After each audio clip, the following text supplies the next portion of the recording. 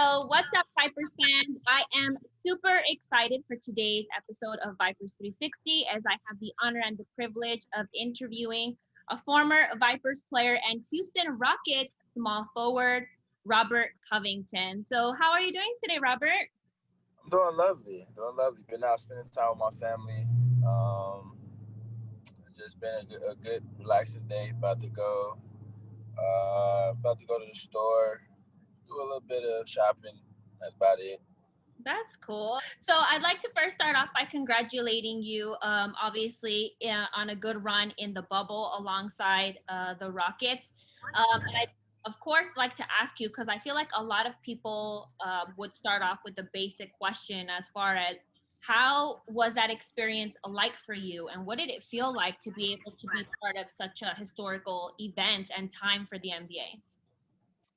It was a good thing. It was good for us to continue to play.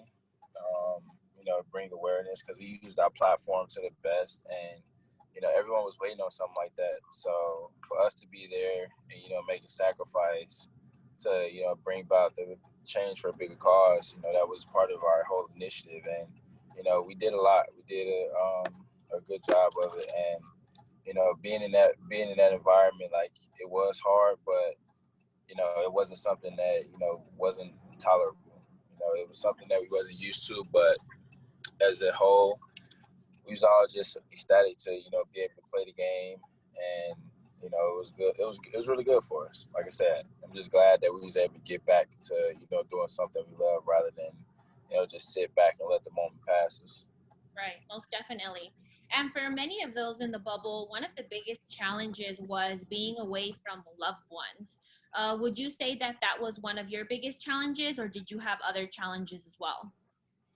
Yeah, that was my biggest being away from my family, friends. Not being able to have them come see me play and just to be able to spend time with them while they all at home having a good time and being able to hang out and stuff. But that was one of the things that I missed the most. But like I said, I knew it was a bigger picture. Of course. And so, one thing is for sure is obviously Houston has a very unique style playing small ball, and you stand at 6'7". So, why do you believe the Rockets brought you back after that transition to small ball for you to take it to a whole other level? It brought me back because of my versatility, the way I play, and I fit the system very well. So I was a product of what they very started 7 years ago, and what they experiment. So that was easy for us. That was easy for them. And like you said, me being familiar with the system, playing under Mike D'Antoni before, you know, it the right move. It was the right move at the time. And once I got there, like I excelled in my role, and I didn't do anything outside, and it made everything else, just open up even more. And like you said, we was able to do something different, and it made teams adjust. So I mean, I'm thankful for it to happen, and now moving forward, whatever route that we go as as a unit and as a team moving forward, like it's still going to be very prevalent to where we know we're capable of, what we already shown, and even in the rough times. So imagine once we get back to normalcy and see. And that's going to be exciting to continue to watch, of course. And obviously, of course, I'd like to ask you about your time also with the Vipers, because it was while you were here that you were able to develop a really good skill in shooting, and specifically shooting from beyond the arc. So, what was it? And the cool thing was when you were here too is you were named Rookie of the Year. So, what was it about the then D League that you felt really helped you develop that skill? What really helped me was just having the freedom from high school on. I was always told that my coaches wanted me to shoot more. Um, I was always told to be bring out the best in the complete me. I didn't really get the chance to tap into my full complete self until I was in that environment, and there was still so much that was needed to be unlocked. And I showed a snippet of it, in the D League. For me, the game Rookie of the Year honors, All-Star MVP also. That's just a testament to all the hard work that putting in, and like we said, it just allowed me to play free. It just allowed me to do what I not normally do. So. And I mean, we've continued to see you blossom, and particularly in this season, really embrace your role and even lead the team when it comes to blocks made per game. So blocking definitely comes from athletic ability, but how much of it is also mental, you would say? Uh, it's more so about timing. Um, read and react, timing, and just overall like having a knack for finding the basketball. So I've had that skill set for a while, and I've honed in on it because of the coaches that I've had with me in Philly that helped me bring out that. But I've always been the kid that had good hands, and I've always been the person that was able to deflect a lot of shots because at one point I was a big man. So I played the five, like natural five, in high school and stuff, and then I gradually, moved to the forward wing position, and when I was in college, I kind of played a mixture of both. So, you know, I've done it. I've played pretty much, 2 through 5 at one point in my career.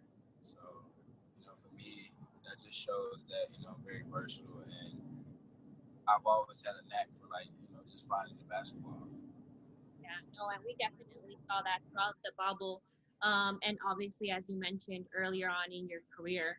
But you did mention earlier that there was like a bigger reason why it was so important for so many of you all to go to the bubble. And that was obviously to bring awareness to everything that's going on in the world right now. Because it's always been bigger than basketball, right? And aside from you being very successful on the hardwood floors, you're also somebody who likes to give back a lot to his community. I saw that you had a backpack drive earlier in August that you were promoting on your social media networks. But in particularly, you're doing something right now for Chicago, where you're from. It's a Chicago-based project. So can you tell me a little bit more about it and what led you to want to partner in something like that?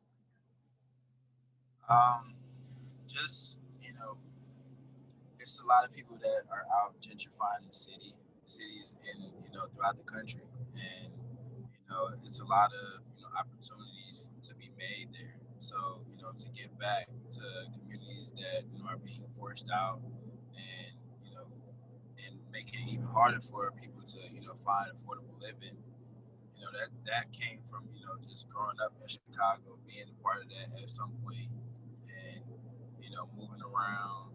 And once you find one and having something stable is very very hard to find there. And it's a lot of kids that need guidance, and because of their environment there, it's what caused them to have the problems, and the issues, and the things that goes on there because of like the environment is what put them there. So if kids has a better sense of knowing that they live in better situations, they see things differently, and they have all of these opportunities that's presented before them. That can be a positive influence. Because I've watched a kid that was going down the road bad path that I put my hands on, as far as guidance and mentoring, and I watched this kid change his whole life in a matter of 2 years. So for me, that's what it's all about. And for me to do it, back home, my whole foundation is about giving back. That's what I live by. It's about what I didn't have the opportunities to be a part of, and that's it's my time to really do what the ones that played before me from Chicago that are doing. There's a lot of people that before, like I said before, Michael Finley, Shannon Brown, especially where I live at now, that does a lot there. So yeah, I mean, that did a lot back in the day there, but now it's my time because, like I said, I'm in this moment. So now I have to put my own stamp on it, and I see the positive things that I bring from it. So I just gotta continue to do that, and the biggest thing about it is I'm not looking for nothing in return when it comes to that. Like I'm doing this out of the kindness of my heart because that's who I am. Like I just want to make sure that